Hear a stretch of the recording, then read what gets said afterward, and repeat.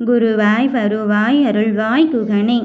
என் தங்க பிள்ளையே, உனக்கு ஒரு ஆபத்து என்றால் நான் இந்த முருகன் விட்டு விடுவேனா என அப்பா என்று சொல்லும் போதே நீ எங்கே எந்த இடத்தில் இருக்கின்றாயோ அந்த இடத்திலே உனக்கான வெற்றியை மட்டுமல்ல, நீ கூப்பிட்ட குரலுக்கும் உதவ இந்த முருகன் ஓடோடி வருவேன். எந்த ரூபத்திலாவது என்று சொன்னேன். குழந்தை வடிவத்தில் இந்த குழந்தை முருகன் உன்னை தேடி வந்திருக்கும் பொழுது உன் தீராத வினைகளை மட்டுமல்ல, உன் தீராத கஷ்டங்களை மட்டுமல்ல, நீண்ட காலமாக பின்தொடர்ந்து கொண்டு இருக்கும் உன் வழக்குகளையும் முடித்து வைத்து உன்னை வெற்றியின் பாதைக்கு அழைத்துச் செல்ல இந்த குழந்தை வேலவன் நான் வந்து விட்டேன். வேலுண்டு வினையில்லை என்பார்கள். கந்தன் இருக்கும்போது நான் கருணைப்பட மாட்டேனா? என் பிள்ளையே, கந்தனை அழைத்துவிட்ட பிறகும் நீ கலக்கத்திற்கு ஆளாகலாமா? இதோ உன்னை சுற்றி இருக்கும் தீய சக்தியிடமிருந்து உன்னை காப்பாற்றி உன்னை நல்வழிப்படுத்தத்தான் இந்த முருகன் வந்திருக்கின்றேன். நீயோ நினைக்கிறாய், இன்றாவது நான் நிம்மதியாக இருக்கலாம் என்று நினைக்கின்றேன் அப்பா. ஆனால் நான் சும்மா இருந்தாலும் என் கிரகம் சும்மா இருக்க மாட்டேங்குது.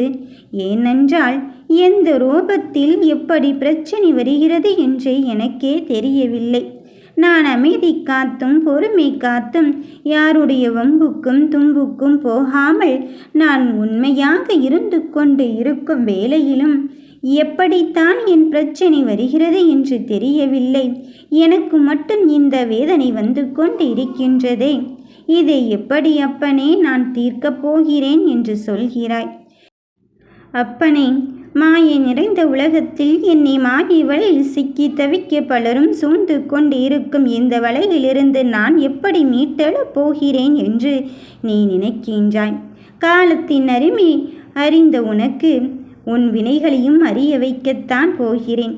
இதுவெல்லாம் இதற்கென்று தெரியாமல் நீ கண்முழித்து காத்து கொண்டிருக்கின்றாய். யாருமே இல்லையே என்று யோசிக்காதே. உன் குலதெய்வமாக இந்த குழந்தை வேலவன் நான் வந்து இருக்கும் பொழுது நீ இதற்காக மனமருந்துகிறாய். என் தங்கமே, உன் நேரத்தை நான் வீணடிக்கப் போவதே கிடையாது. நீண்ட காலமாக நீ எதிர்பார்த்த நல்ல செய்தியோடு தான் இந்த முருகன் நான் உன்னை சந்திக்க வந்திருக்கின்றேன். நீ எதிர்பார்த்த அந்த இடத்திலிருந்து உனக்கு வேண்டியதை பெற்றுத்தரத்தான் இந்த முருகன் நான் வந்திருக்கின்றேன். எவ்வளவு ஏக்கம், எவ்வளவு சோதனை! எனக்கு மட்டும் ஏனப்பனே இந்த சோதனையை வைத்திருக்கிறாய் என்று நீ சொல்கிறாய். ஒன்றை மட்டும் நீ தெளிவாக புரிந்து கொள். ஒருவருக்கு சோதனையும் வேதனையும் வருகிறது என்றால் அவர் கடவுளுக்கு பிடித்த குழந்தையாக மட்டும்தான் இருக்க முடியும். அதையும் தாண்டி இவரால் செய்ய முடியும் என்ற நம்பிக்கை அந்த இறைவனுக்கு இருப்பதனால்தானே அந்த சோதனையின் கொடுத்திருக்கின்றாய்.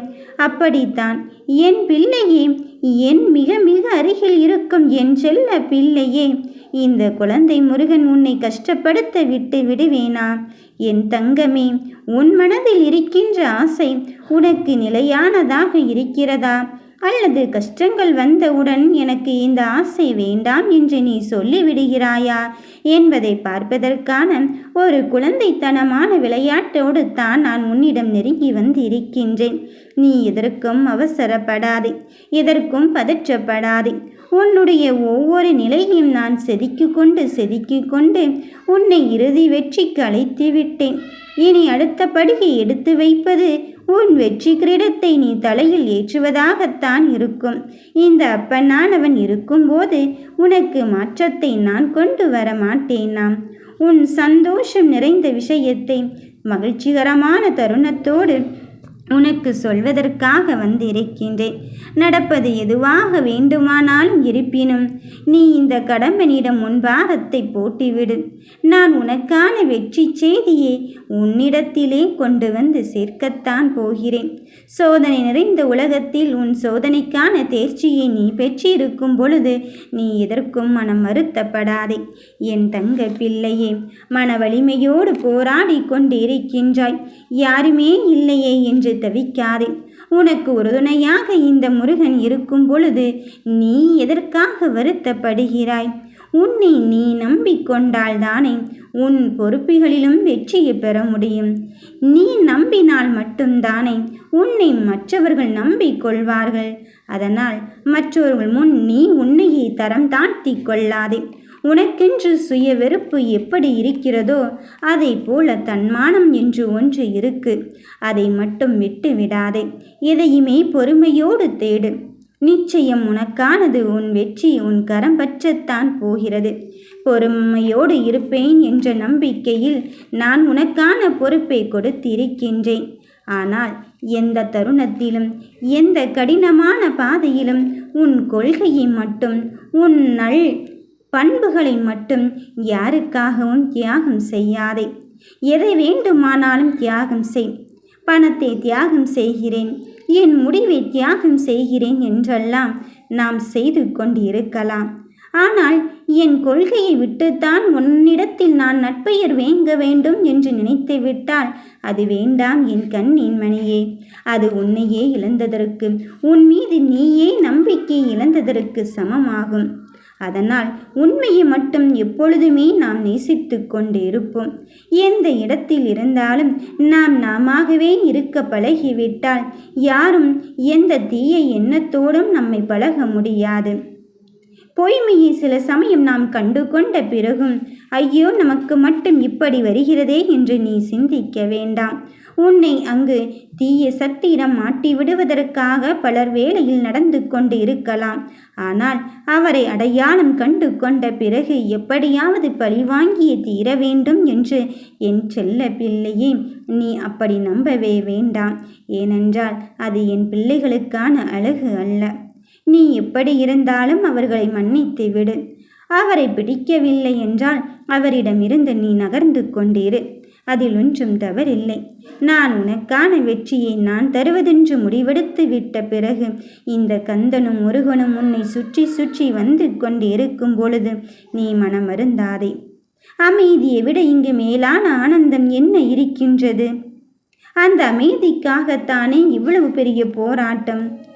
வாழ்க்கையை சவாலாக ஏற்றுக்கொண்டு அதை முன்னெடுத்து சென்று கொண்டு இருக்கின்றாய். அப்படி என்றால் அந்த சவாலை பயமில்லாமல் எதிர்கொள். எந்த பிரச்சனையாக இருந்தாலும் மென்மையாக அணுகிப்பார். சர்வ நிச்சயமாக முருகன் உனக்கான வெற்றியை தான் தரப்போகிறேன். சிந்தனையும் செயலின் எண்ணத்தையும் நீ ஒரே நேர்கோட்டில் இருந்து செயல்படுத்தி கொண்டு உனக்கான வெற்றியை அடையும் வரை, உனக்கான இலக்கை அடையும் வரை நீ நம்பிக்கையோடு செயல்படு. துன்பம் என்ற சொல்லும் செயலும் ஒருவனை எப்படி வேண்டுமானாலும் மாற்றிவிடலாம். ஆனால் அந்த துன்பத்தை நாம் உணர்ந்து கொள்ள வேண்டும். அறியாமை என்னும் ஒன்றால் மட்டும்தான் நாம் நமக்கான நம்பிக்கையின்மையை இழந்து கொண்டிருக்கின்றோம். துன்பம் வருகிறதே என்று தளர்ந்து விடுகின்றோம். அது எதற்காக வருகிறது? எந்த தோல்வியை நாம் ஒப்புக்கொண்டு விட்டாலே அதற்கான முன்னேற்றத்தின் பாதையினை நாம் தேடலில் நாமே தேடிக்கொண்டிருப்போம். அதுதான் யதார்த்தமான உண்மை. உன்னை காப்பாற்ற வந்து இருக்கும் என்னை நீ நிராகரித்து விடாதே. என் தங்கமே, நிச்சயம் இந்த துன்பமானது உன்னில் இதிலிருந்து மீட்டெடுத்து உன்னை அறிவாளியாக்குவதற்குத்தான் வந்து இருக்கின்றது. உன் உள்ளத்தில் நற்பண்புகளையும் நல்ல செயல்களையும் செய்வதற்கான முன்னோட்டத்தை அங்கு செயல்படுத்தி கொண்டே இரு. உன் உணர்வுகளை தெளிவுபடுத்து. அதுதான் அடுத்தடுத்த வேலைக்கான ஆதாரமாக திகழப் போகிறது. அவசரப்பட்டு நீ அன்பை தெளித்துவிட்டு ஐயோ இதன் பிறகு நாம் என்ன செய்ய போகிறோம் என்று ஏமாற்றத்தை சந்திப்பதை விட அதற்கு முன்பாகவே சுதாரித்து கொண்டு நீ எடுத்துக்கொண்ட காரியம் அடையும் வரை யாருடைய பிணைப்பிலும் அங்கு இடர்பட்டு விடாதே. தோல்விகள் வந்துவிடுமோ என்று எண்ணத்திலும் செயல்படாதே. எல்லாவற்றையும் தாண்டி உனக்கான நல்வாழ்க்கையை தருவதற்காக இந்த முருகன் நான் வந்து இருக்கும் பொழுது உன்னை யாராலும் இங்கு வெல்ல முடியாத அளவுக்கு நான் உனக்கு நம்பிக்கையை வளர்க்கப் போகிறேன். வெற்றி உன்வசமாக மாறப்போகும் தருணத்தையும் நம்பிக்கையின் திறமையும் உனக்குள் நான் அங்கு தரப்போகிறேன். நிச்சயம் என்னை வழிவந்தோருக்கு எந்த நேரத்திலும் ஆபத்து ஏற்பட போவதே கிடையாது. என் வேலை கொண்டு உன் துயரை துடைக்க உன் கண்ணீரை கரைத்தெறிய நான் வந்து இருக்கும் பொழுது நீ மனம் அங்கு தளர்ந்து விடாதே. வெற்றி உனக்குத்தான். யாம் இருக்க பயமேன்.